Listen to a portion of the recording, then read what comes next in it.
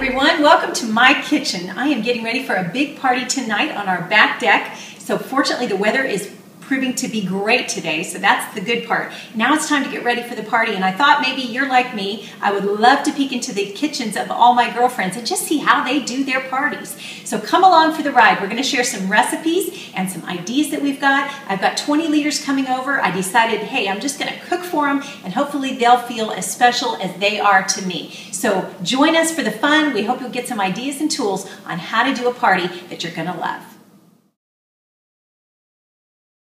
One of our favorite treats that we got into because I saw a recipe, Giada de Laurentiis from Food Network.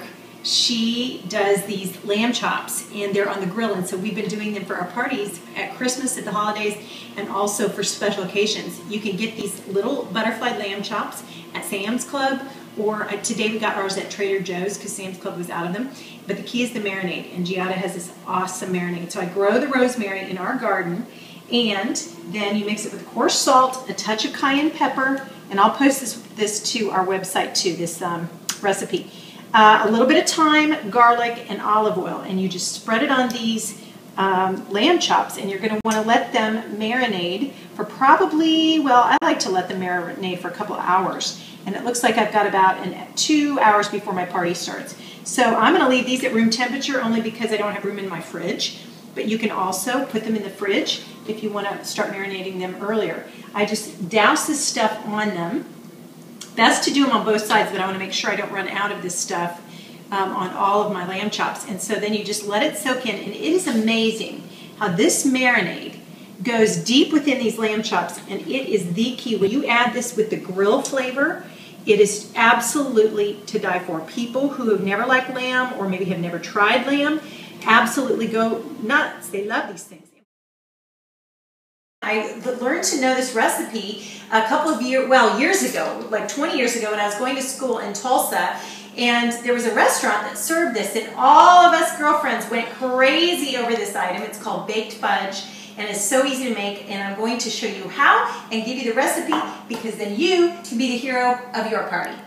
You know, when it's got 2 cups of butter, it's going to be great, because butter makes it wonderful. Now, of course, this is not for a low-fat diet, but who cares? We don't care about dieting tonight. If we care about dieting, we're going to cheat ourselves. So tonight, no dieting, lots of butter. Always have to taste it. I think it needs a little more salt, maybe. You have to have a little bit of salt in any dessert, because if it's all sweet and no savory, it will not taste as rich, and chocolate in particular has to have a little bit of salt. Now what some people say, and I have never done it, is to add maybe a teaspoon of coffee into the chocolate item, and it actually brings out the chocolate flavor. Like about 3 drops, but supposedly if you add a little bit more coffee, it actually makes it something about the coffee flavor, enhances the chocolate. All right, so we're almost done here, and then we're going to stir in the pecans as a last thing. Let's just put in how many that ends up being. And then we just stir it. The thing I love about this dessert too is even though it's got a lot of butter and a lot of chocolate, it's not for some reason too rich. It's not one of those chocolate things where you just like it's a piece of just dense chocolate. The way you cook it, and then you always put whipped cream on top, I think it's just perfectly chocolatey. So you pour it in. Now the key to baking this is that you're going to do what's called a bain-marie, and that is going to make it bake up a little bit more custardy. That bain-marie technique is what's going to make it really custardy and a little bit more light and fluffy, not quite so dense.